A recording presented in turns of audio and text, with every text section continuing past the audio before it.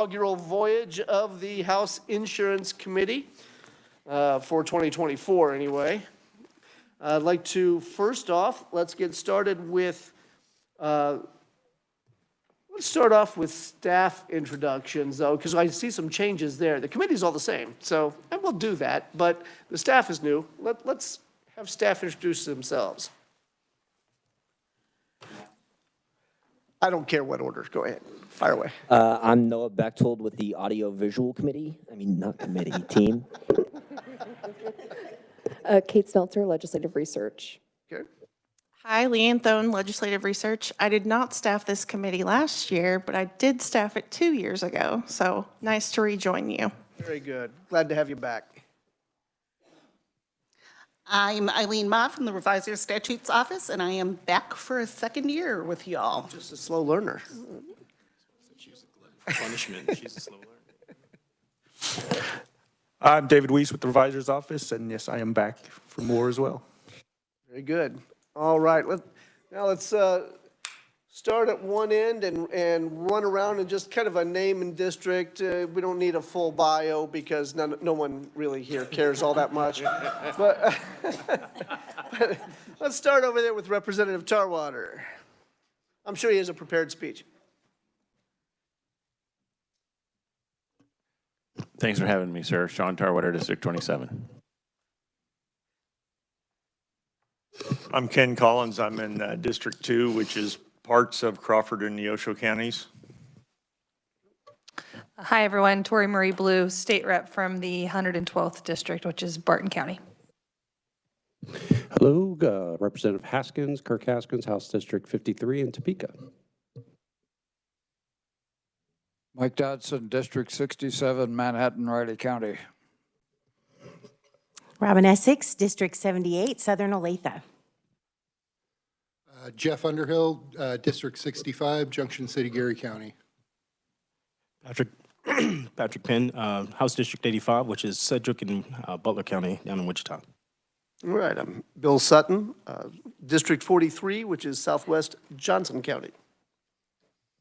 Cindy Neighbor, District 18, which is Shawnee. That's not Shawnee County, that's the city of Shawnee, and 3 precincts in Merriam now.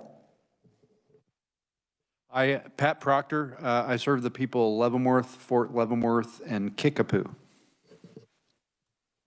I'm Paul Wagner from the 104th District in Reno County, appointed to the committee for this year to replace Cindy Howerton. Hi, everyone. Representative Brandon Woodard from District 108, which is parts of Lenexa, Olathe, and Overland Park.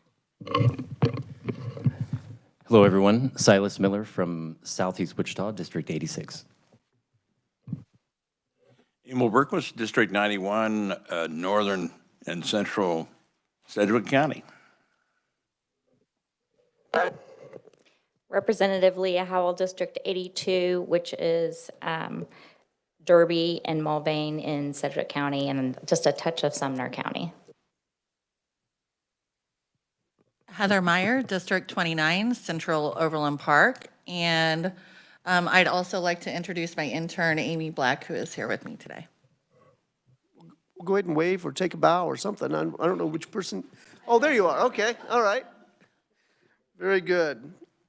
All right. Thanks, committee. All right. Now let's move forward with, are there any bill introductions? Oh. I am shocked that Eric Turek from the Insurance Department. Welcome to committee, yes, Eric. Thank you, Mr. Chairman. Good to see all of you again. Eric Turek from the Kansas Insurance Department. We are requesting 4 bills for introduction. Mr. Chairman, if it might be easier if I list them all and then see if there are any objections, if you wouldn't mind. That works just fine for me. Great. The first concerns risk-based capital instructions. This is the annual date change bill. That's RS 2453. The next concerns the amount that the department can charge insurance companies for the cost of financial examinations. We would be imposing limits to what we can charge. That is RS 2565. Third concerns group-funded pools and group-funded workers' compensation pools. The pools must submit financial audits within 150 days after their fiscal year. So we're just extending that, and that's RS 2462. And the last is just statutory cleanup. That is RS 2469. All right. Are there objections to entering these RS numbers? Seeing none, they are now submitted. Thank you, Eric. And the statutory cleanup, that's always such a, well, I'll be interested to see what that one actually looks like. Yeah, exactly. All right, very good. Any other bill introductions? Seeing none. All right, the only thing we have on our agenda today, but it's worth every minute, certainly the price of admission. We have the state of insurance. Welcome to committee, Commissioner Schmidt. Thank you, Mr. Chairman. I told someone on the way up here, I'm giving the state of the Department of Insurance from the governor of insurance. So there you go. You know, anyway, I had one time I had trouble with a company we were calling, and we were trying to get something done. And you know, if I have to call, it's a bad day for that company. And I was trying to get through to the person I needed to get up the chain to.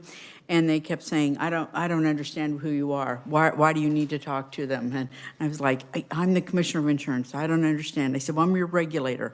What does that mean? I said, do you have a governor in your state? Uh-huh, yeah. Do you know who your governor is? Yeah. And they gave me the governor's name. I said, well, I'm the governor of insurance. And I went right up the line. So anyway, we had a great result for that constituent. Anyway, well, thank you very much for the opportunity to be here with you today. This is my 6th time in appearing before your committee at the beginning of a session. And I would say that 6 years ago, I was so nervous when I was coming before the legislature. The transition between being a senator and holding this office, I didn't quite have my bearings yet, or my sea legs, as they say. So I remember very vividly coming before the members of the Senate and the House committee, and today's a lot different day for me. I am really here to spend some time with you and tell you the good news of the things that's going on in the insurance department and all the things we've done. But I do remember the sacrifices that I made, and I lived here in town, but the sacrifices especially that you all make, those of you that travel to serve your constituents here. And so I really want to thank you for that sacrifice, for you, your families, your loved ones, and the great job that you do representing the people that you have chosen to serve and that have chosen you to serve them. So thank you very much for doing that for the state of Kansas, for the good of the state of Kansas. Well, the mission of the insurance department is to regulate, educate, and advocate. And so I'm going to cover some of those areas and what we're doing in those specific areas. As commissioner, my goal is to efficiently carry out the mission, and also I need to be effectively serving the constituents of the state of Kansas. The department's done a lot of work to advance some of these initiatives through the years, and so I want to share with you some of the highlights. So the first thing I'm going to talk about is regulation. It's been a priority of mine since I took office to make sure that Kansas is a great place to do business in not only the insurance industry, but also the securities industry. I've talked a lot in the past about Senate Bill 37. It was a bill that you passed in 2021, and it overhauled the producer licensing area for our producer licensees. We transferred our operation to the National Insurance Producer Registry, also known as NIPR, and that's gone very, very well. You know, we're always asked to provide a fiscal note. When I was on your side of the table, I thought those fiscal notes were great. On my side of the table, not so much. They're big guesses sometimes as to what's going to happen with the legislation. And we made a big guess when we came to you about Senate Bill 37. We thought that it would reduce the revenue in the department by $5.2 million, and thus that was a saving to the industry. It saved money in the industry and lowered the cost of doing business. That was kind of a big, scary number for us, and not sure where we were going to end up, but As of June 30th, we reached that 2-year mark of implementation, and I'm really glad to report to you that we actually have exceeded that cost-saving number. We had a grand total of $5.4 million of savings to the industry. But I'd also say, being $200,000 off, I'm pretty proud of us for being that close. So it's not really the price is right, but it's kind of good. Last year, you also provided the flexibility in our statute so that we could lower certain fees, and that we lowered both agent and agency licensing fees, and that's resulted in a $1.2 million saving annually that hopefully tears down one of those financial barriers to becoming an agent. Continuing on that licensing front, we have now a live scan fingerprint machine in our office. And when COVID hit, that was one of the huge barriers, was trying to get people, it's a requirement to have a license to have your fingerprints run through the KBI, and that was a huge barrier for us. So we took some action and have worked among, there are other places in the state that take fingerprints for other agencies. We now have 20 locations across the state where individuals can get their fingerprints taken without too much trouble.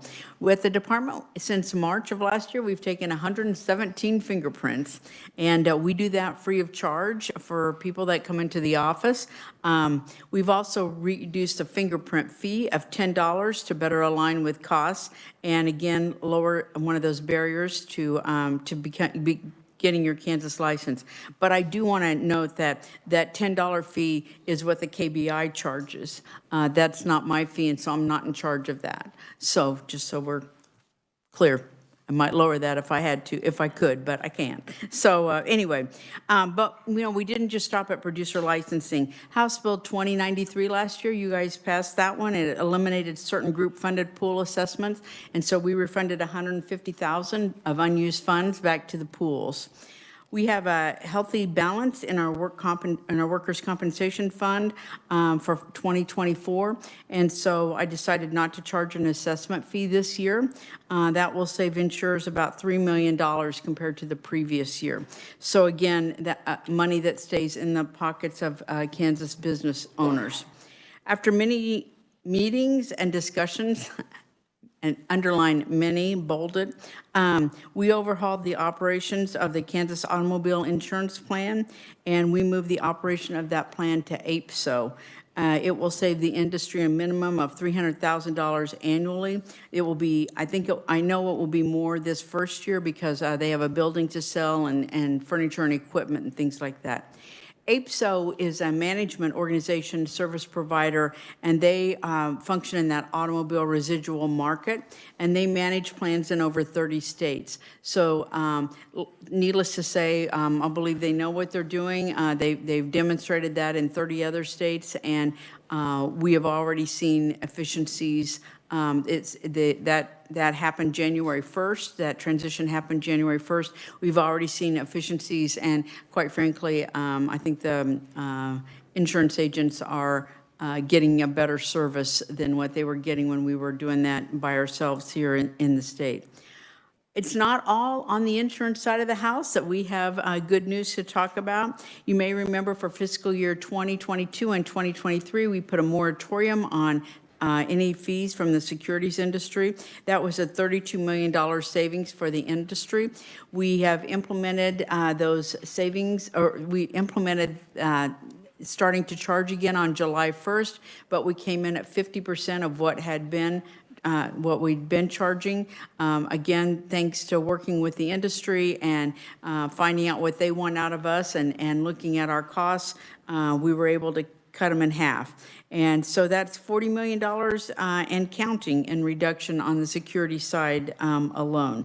When you add up all of these numbers, through our efforts in the department, we've reduced the cost of doing business in Kansas by an estimated $50 million over the last several years. I know that's not eye-popping to those of you that may serve on the Appropriations Committee, but I do think that it stands a testament of what we've been able to do to control our spending and combat increased costs as we've gone along. We do everything we can to reduce those things and to also reduce unnecessary spending.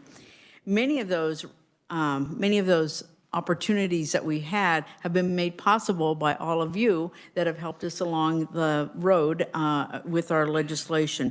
So I really want to thank you for helping me be more fiscally responsible.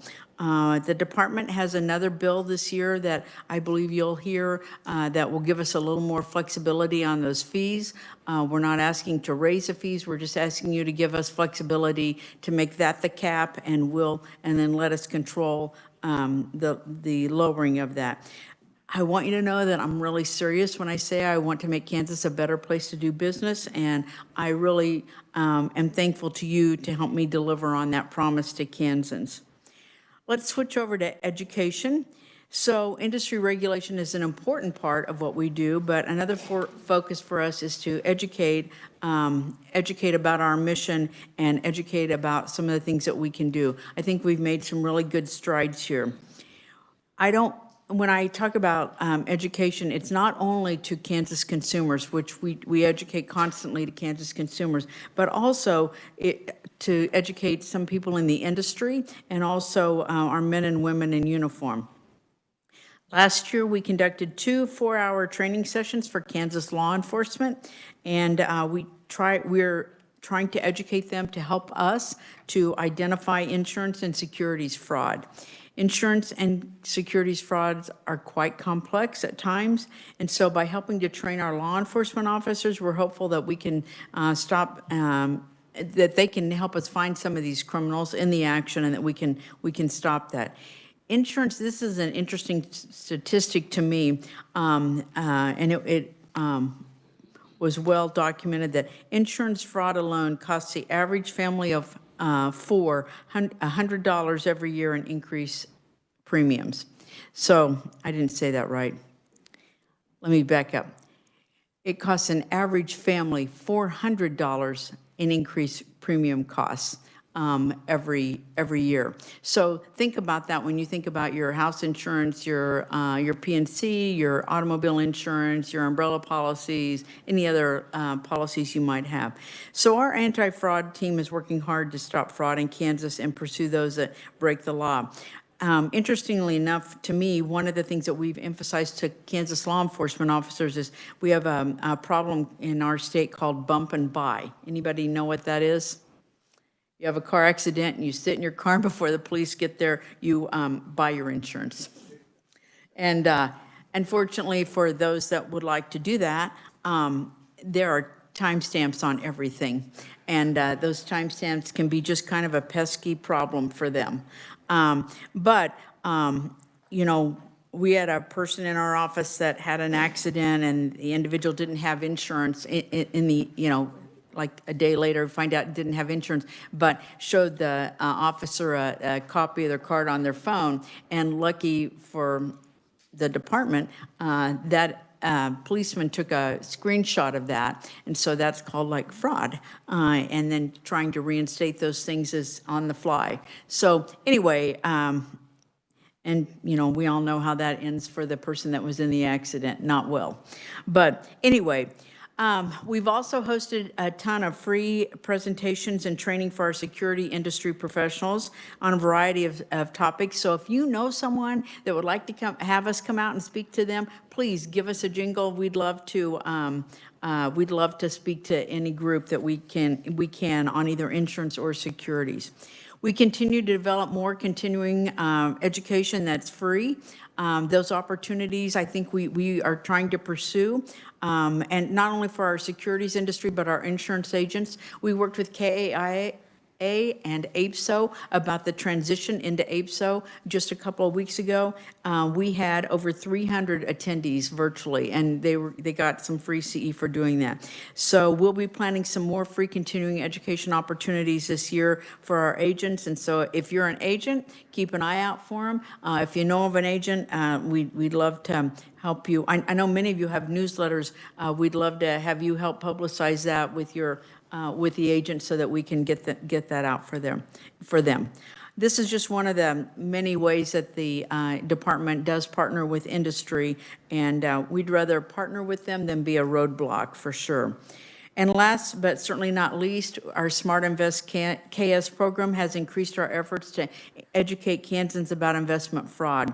We saw a 40% increase in our new users on that website. It's a redesigned website, changed up the theme a little bit, and I'm confident that we're going to keep seeing an increase in people visiting that site. You should visit there to make sure your broker is registered with the state of Kansas, just for the very first thing. But anyway, we have some great tools on there.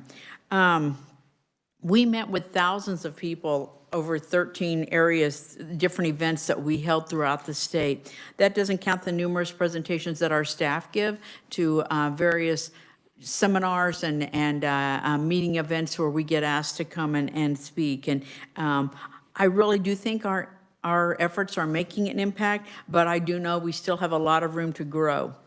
And then that kind of slides right into the advocate part of our mission statement. I know that you have probably heard me say ad nauseum that, you know, we are the best kept secret in Kansas, and I don't want to be a secret. I want to help people. So when I talk about making an educational, increasing our educational efforts, I think that one of the gauges that we use in the office is our consumer recovery area, and that's a great indicator for us. I love the work that our Consumer Assistance Division does. I think as a pharmacist, I can't help but want to help people find the right answers. And I know that some of you have heard that I troll Facebook and other social media looking for people that have had trouble with their insurance. I still do that, but I don't think my social media hunting has really changed the numbers for us too much, but I do think that we are doing some things that are moving the needle a little bit. And so we announced today, you probably haven't had time to catch up on press releases today yet, but we announced today that we set a record again this year for our consumer recoveries. So are you ready? Who's got the drum roll? There you go, $16 million for Kansas consumers. We returned $16 million back to Kansas people in this last calendar year. And I thought the bar was set pretty high last year. We set a record last year, and then we just blew that out of the water this year. Leanne Crow is our Director of Consumer Assistance, and she's here with me today, and thank you to her and her team that do just a ton of work. People don't call us on their best day, hardly ever, and so we work pretty hard to get their issues solved. Since 2019, since I've taken office, we have recovered more than $35 million in recoveries for Kansans. And just for the record, I know I've received some questions. I mean, that doesn't go to state general fund. Those go back into the pockets of the people who, and those are Kansas people that are getting that relief. Then that number does not include the assistance that we've provided through our NAIC life insurance policy locator. That has found more than $69.6 million in life insurance policies since 2019. The department promotes that life insurance insurance policy locator big time, and we refer hundreds of Kansans there each and every year. That some of you know that I make calls once a week on individuals that are newly licensed in Kansas. So we try to take it from all over the state and then all different types of licenses. One of my questions is usually, hey, have you found employment? If they haven't, I like to tell them where they can look on the website for opportunities for the licenses that they have, and most of the time they have found someone or found a company or that they're aligning with, or companies, and they're looking for that. So I called the other day, a couple months ago, and she said, oh, I actually work for a funeral home. And I said, hey, do you have our policy locator little card? Because we've started working with funeral homes on that. You know, when a loved one passes away, there's a lot of decisions to make and a lot of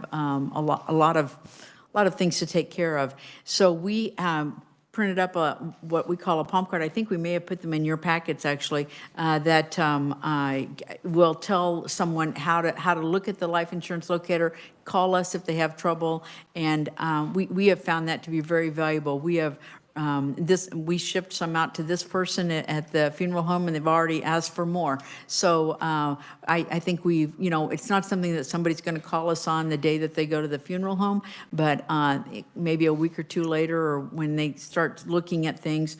I love the people that call and say, I think my dad bought a policy when he was at K-State in 1954. That happened last week. So that's a long time ago, and no matter how many times that insurance company has changed hands, no matter how many times it's been bought by another company, the locator can track that down. That after 3 years, the life insurance companies use a death master file, and after 3 years of time of trying to locate beneficiaries or trying to locate the individuals that are listed, it goes to the unclaimed property fund. And so actually people should be looking at the unclaimed property fund at the treasurer's office and calling my office for those things. So anyway, all of this would not be possible without the great people that we have working in the Consumer Assistance Department. And I can't tell you how proud I am to work with a team of individuals like they are. I'm also, I think, probably the only elected person that's ever going to stand before you and say this: I want your complaints. Call us. We want to hear from people who aren't happy, that have complaints. We do a great job.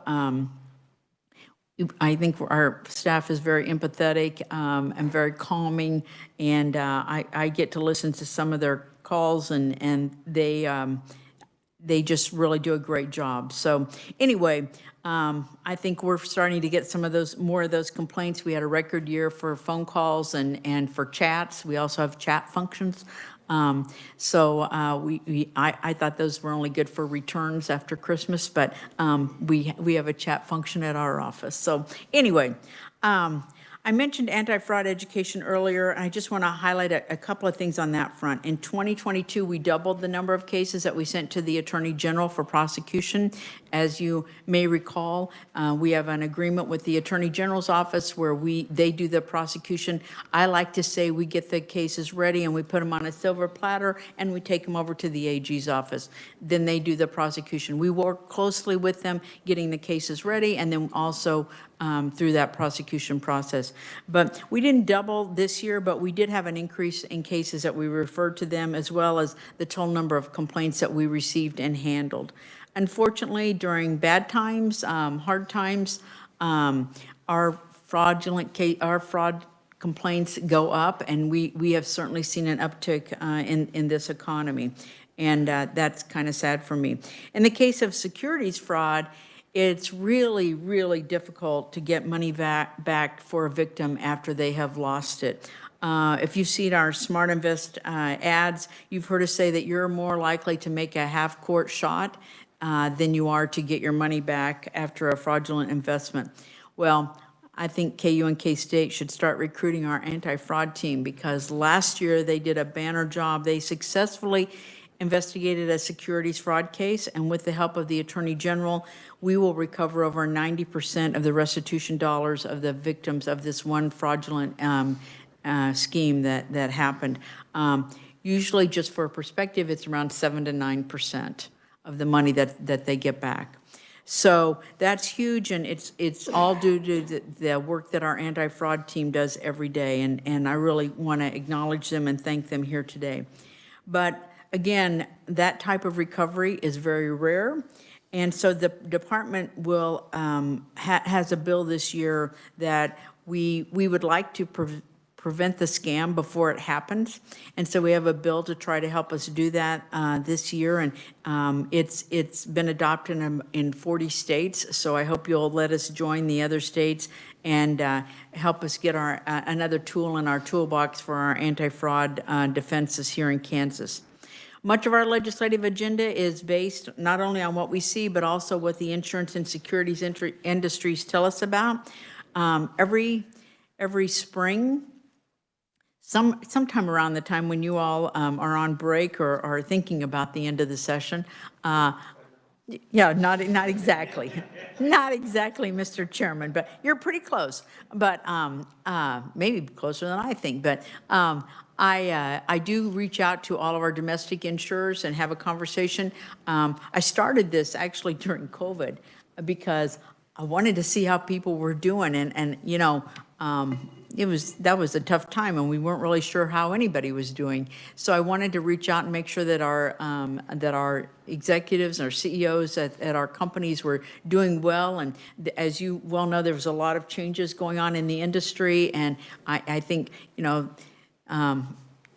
one thing that came out of COVID is it moved us along in a computer world and in an electronic world much further, much faster than we would have gone had we just not had that unfortunate disease. But anyway, I started checking in with them, and you know, how's it going? What do you see? What do you hear? And you know, I really have enjoyed getting the feedback from them. That's been very helpful to us as the insurance department. It's been helpful to me as a regulator. And I think that, you know, we always talk about state-based regulation issues, and I do take that feedback seriously because we are their regulator. We're the one that's making sure that they have what they say they do in reserves, and that they're treating their clients and customers appropriately. And so anyway, I think that's been really good for me. It's been a really busy year for the department and for me personally.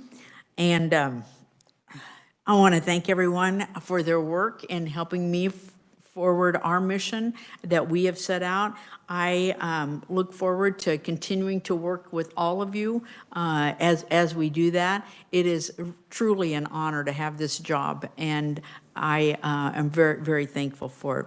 I do want to introduce some of the key people in the department that have come with me here today.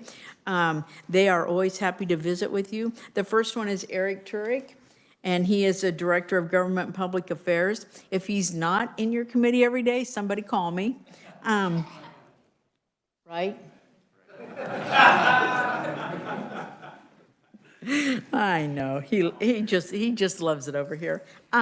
Anyway, and so I know you all know him, and he's a familiar face to you. Kyle Strothman is also with us. He is the Public Affairs Manager, and he will be doing some legislative work with all of you also this year, and it's great to have Kyle here. Leanne Crow is the Director of Consumer Assistance, and she just does a great job. She will be the one that'll help your consumers and take care of them, and I'd say hold their hand as they go through the process along with her staff when there are issues. Mandy Rowe is the Chief of Staff. She's a familiar face to all here at the legislature. She worked in the Senate office a long time ago, getting ready to get her 10-year pin. I know, I'm like, really, been here 10 years? So anyway, she is the 411 for all of you. Call her, she'll get you to where you need to go in the department. And certainly, I'm always available to you also. Once again, I just want to highlight that our agenda is to improve our operations, provide regulatory certainty, which is very important to me for all of our partners in the insurance industry, and to better protect Kansans from fraud. Before I depart, I do want to thank Eileen and David, for all of the things that they help us on. We try to get Eileen those bills early. I think it was November this year, but it wasn't January. So we do appreciate the revisers. I think when I sat on, again, your side of the table, I probably didn't realize the back and forth that go back. I tend to believe that, we have attorneys in our office that are helping us that are writing the bills and sending them over. And I tend to think like, just put an RS number on them and we're ready to go. And somehow or other, Eileen doesn't see it that way.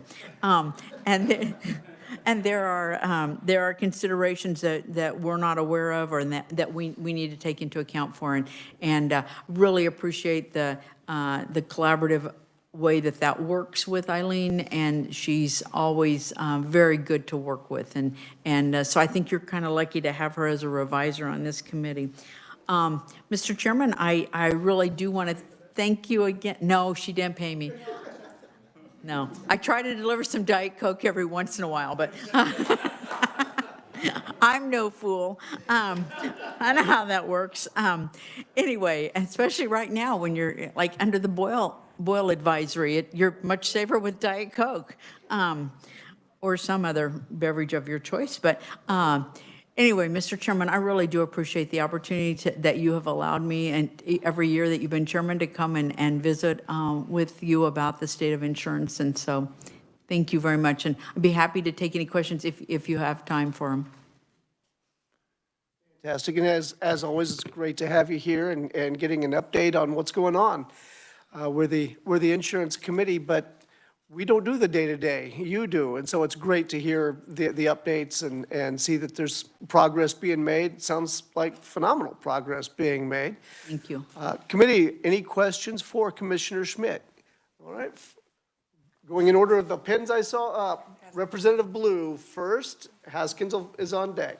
Thank you, Mr. Chair, and it's so great to see you. I just have to say I really appreciate your staff. Whenever there's a big storm in my area, they always reach out, and it was great when we had the tornado. Not great that a tornado hit Great Bend, yes, but just to see everyone coming together and working and taking the day off to help clean up, and that Eric reached out to make sure whatever we needed was there. So I appreciate your staff for all that. My question is, you talked about fraud. Is there a more frequent fraud or something that maybe we could help educate our constituents on to kind of or to maybe they can look for it or make your life easier or anything along like that lines? I wish that were true, and but I think that, first of all, let me go back to, thank you for the shout out about our staff, because when a catastrophic event hits your area, we do reach out to the representative and the senator, and we reach out to your emergency management and your county commission and say, look, we're here, we have resources available, we can help. And so I think that's very important to do.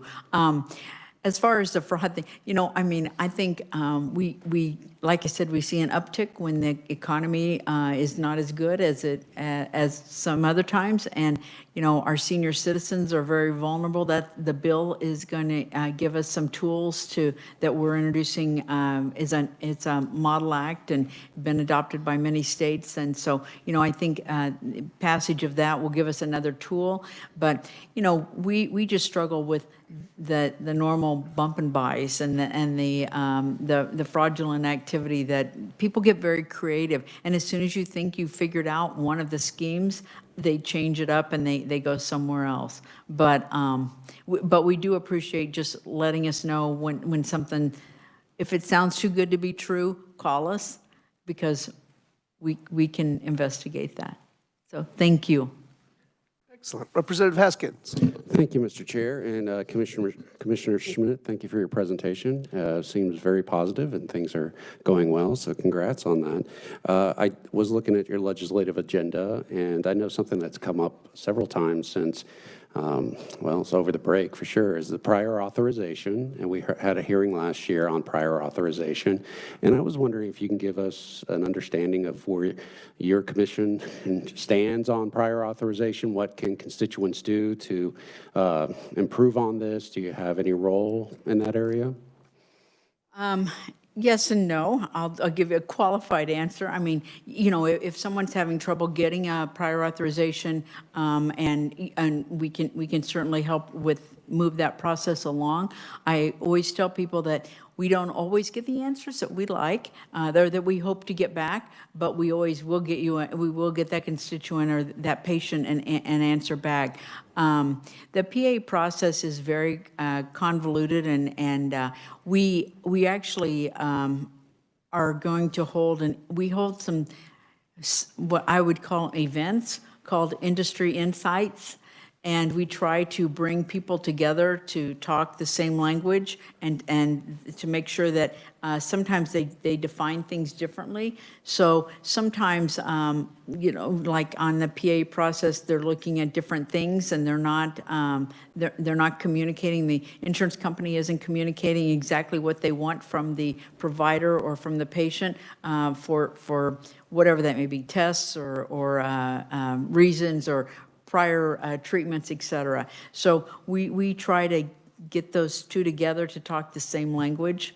But, you know, and then we also have an IMR, that an external review process. If it meets certain, if a request meets certain conditions, then we can take it to an external review. It's at no cost to the person asking for the review. If the patient, I hate to use the term wins, but if the decision is overturned and the prior auth is covered, then the insurance company has to pay for the external review. If the patient is not successful in the overturning of that decision, then the department pays for that review. And we're happy to do that. And, you know, I think we've started, God bless you, bless you. 3, God bless you. Blessing isn't working, isn't it? But I do think that we, you know, we've had some, we need to be better about getting that word of that process out to our provider community to make sure that they know they can call us and we can assist with some of that. Thank you for that. Is there anything that we can do as legislators for statutes that you would support that could actually help improve this process and delay and reduce the prior authorization timeline? Do you need more authority? What is it that we can do?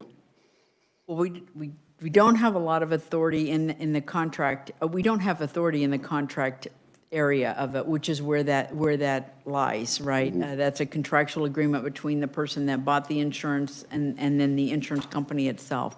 So we don't, and I don't think you want to give us that authority because the contractual piece of that is not where the insurance department, I don't think, belongs. I think we serve as a referee sometimes in between that, but not in that contract piece.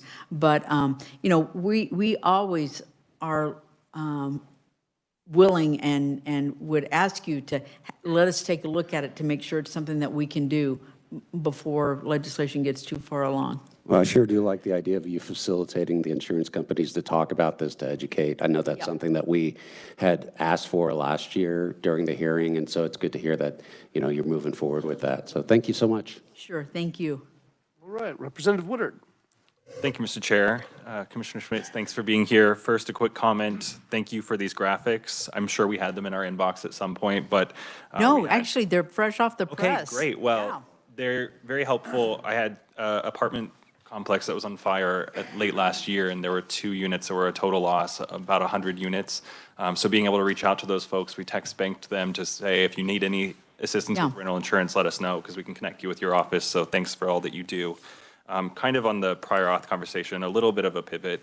Our friends from the hospital association and hospitals were here yesterday, and I was complaining about a number of claims that I have been, that are still out processing. And was thinking back to last year when we talked about clean claims, which I had no idea what that even meant.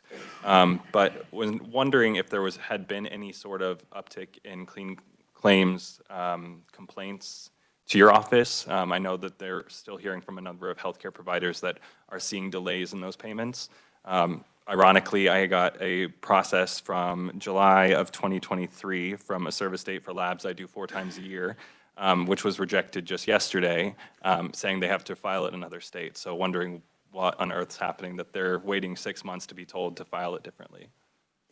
Well, in that industry insight world, we kind of with the PAs and the clean claims, I mean, they kind of come together a lot of the time for things that have gone, that people think have gone wrong and they'd like corrected. The clean claims are interesting. We tell every provider that we talk to that reaches out to us, if you think that the Clean Claim Act has been violated, we would like to know about it. But one person's definition of a clean claim is not the same as sometimes the provider's definition of a clean claim does not meet the insurance company's clean claim rule or definition. So again, we're going to get those folks together. We're going to get the all those folks together. You all will be invited also. We're looking for a date. We're actually going to bring somebody in from CMS to come help with that, and they've asked for 2 hours for the presentation time about just the process, which I think will be fascinating for everyone, and our friends at the Hospital Association and other providers will be are invited. We will have we'll have room at the office for probably 70 to 80 people, but we will also be online streaming that, and had to get a new camera for the back of the room so that it would be more interactive with them. So I mean, yes, we are absolutely committed to trying to help them talk the same language. And, I don't know whether it's gotten better or worse, but I do think that there are just some miscommunications. The provider thinks that they have provided everything that they need, and the insurance company wants different things. Now, I can't talk to if those requirements change as the process goes on. That's one of the allegations that the providers make, and I don't know. But I do know that if someone thinks that they have a clean claim violation, that they should call us, and we will get in the middle of that and help facilitate the conversation. And I do think that when we send a letter, that it means a little more than if a patient sends a letter, unfortunately. But kind of good, I guess. Yeah, appreciate that. Thank you, Mr. Chair. Thank you. All right, Representative Wagner. Thank you, Mr. Chairman. Ms. Schmidt, very, very good presentation, and great to see you. I did have a question. I'm looking at the data on the 2023 recoveries by county, and for the statewide total of 16 million, it's very skewed in a couple ways. I'm just wondering what the reason. I mean, Johnson County had over 11.2 million of it, but Sedgwick County, with fairly similar population, only had like 1.4 million. And so is it Johnson County, these are companies based in Johnson County, or these are Johnson County consumers that had problems, or what kind of gives with how this varies by county? Well, it sounds like I need to spend more time in Sedgwick County and telling people that they need to file complaints with us if they have an issue.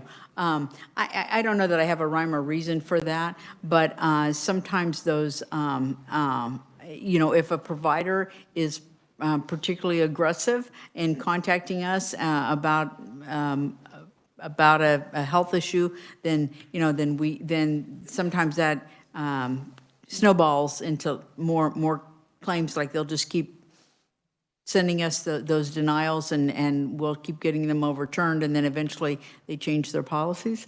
I really do. Yep. Oh, yeah. They're writing me a note now. Oh, I forgot. Yeah. Okay. Yeah. Okay.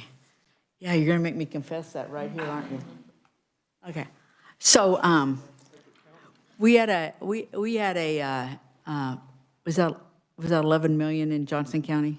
Yeah. Okay.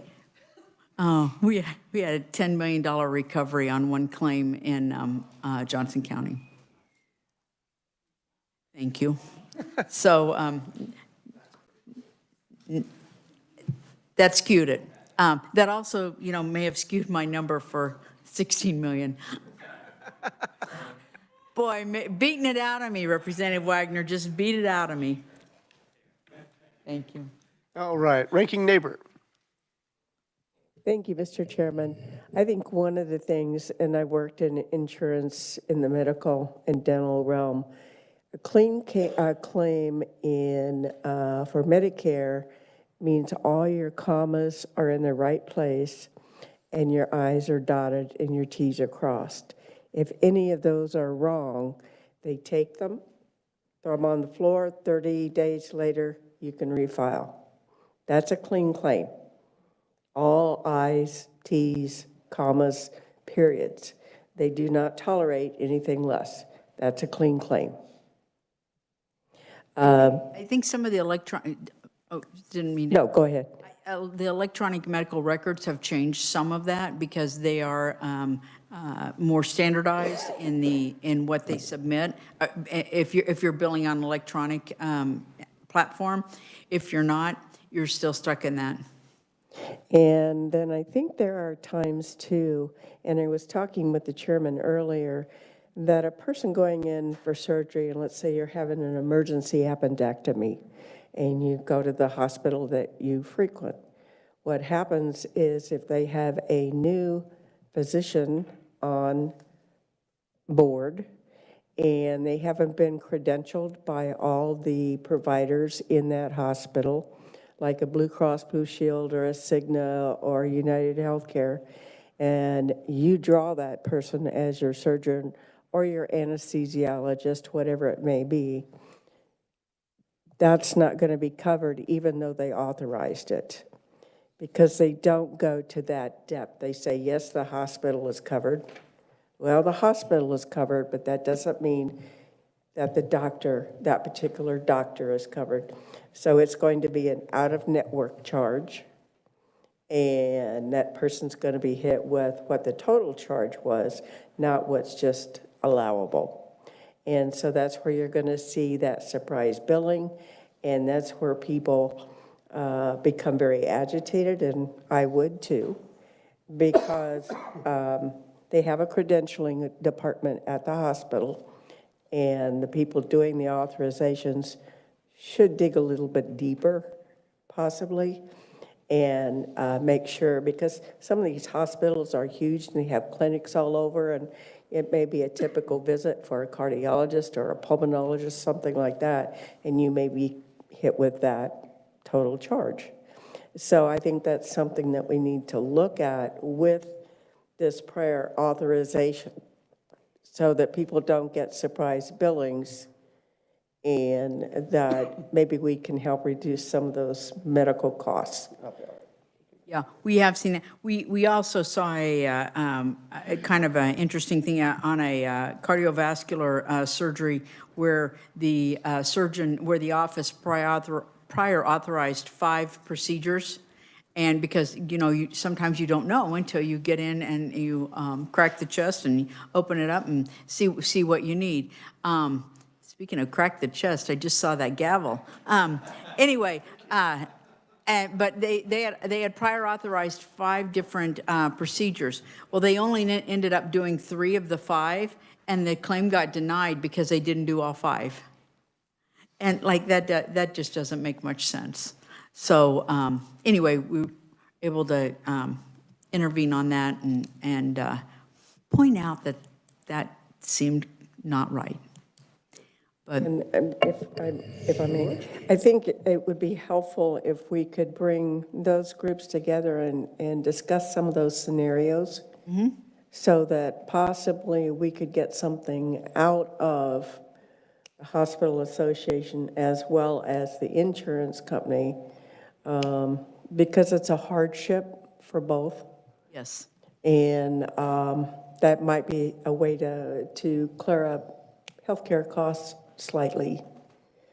I'm hoping that our little meeting, not little, but our meeting, that probably will be sometime either the end of February, first part of March, depending on CMS's schedule. You know, I'm hoping that we will be able to start that process. And thank you for your presentation today. It was beautiful. Thank you. Speaking of beautiful, Representative Proctor. That hits me right here, Mr. Chairman. Thank you. Thank you, Mr. Chair, and thank you, Commissioner Schmidt, for being here today. I don't really have a question. I have a comment. Your department is awesome to work with. Whenever I have constituent issues, by far the most rapid response of any government office that I ever deal with is from your office, and so I really appreciate that. The other thing I'd say is I wish that the rest of the Kansas government was as zealous about reducing fees on our Kansas businesses as your agency is, so thank you for that. Thank you. We may be zealous. All right. Vice Chair Penn. Thank you, Mr. Chairman. Madam Commissioner, thank you for being here with us today. Don't want to keep you in the hot seat too much longer, but I did want to just make a comment similar to Representative Proctor. One of the things that I learned is that for a leader to be great, they have to have a good team behind them. And I wanted to just give you a lot of accolade for not only your hiring practices, but also your leadership on your team, because they have always been accessible for us in this session. They've been on point every single time with every single thing that we do with them. Not like that, and probably not as good as Eileen. No, I'm just messing with you. But they're a credit to you, and I want to let you know just how much we truly appreciate working with you all, and I echo Mr. Proctor's sentiments. Thank you.